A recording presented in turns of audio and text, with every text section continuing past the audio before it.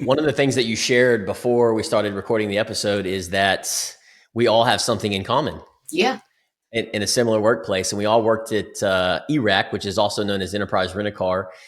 And I knew automatically when you started talking, just the way you presented yourself, you and already called it, you're personable, you got the smile, you got the energy, you got the passion.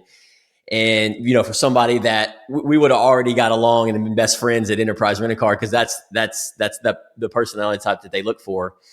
And one of the things that I've also learned is too, everybody that I know that used to work at Enterprise Rent-A-Car, they give you the tools to be your own boss, right? Right. You've applied those. I don't know how long you worked there, but what was that pivotal moment for you at Enterprise where you're like, you know what, I'm meant to do more. There's a higher calling, right? And I've always said I've been super grateful for Enterprise. I would not be on this podcast with my business partner and Ewan because that's where we met.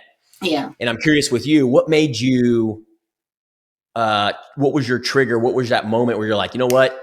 I'm going to, and you can share your story. So I won't share your story on what you told us, before the podcast. And if you want to share that I'm going all in. I'm going to be a full-time podcaster and they're going to get my best. Where was that moment?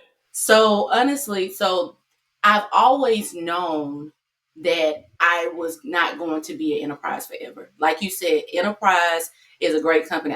You cannot tell me this company is not a great company. They really invest in their employees to the development. Like you can't pay for that type of development. And so I am grateful for the experience, but I always knew that there was something more. I just didn't know what it was, right?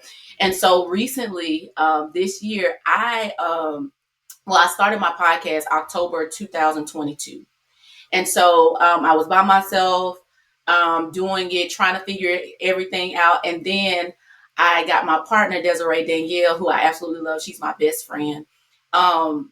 She came along and say, "Hey, I want to enhance."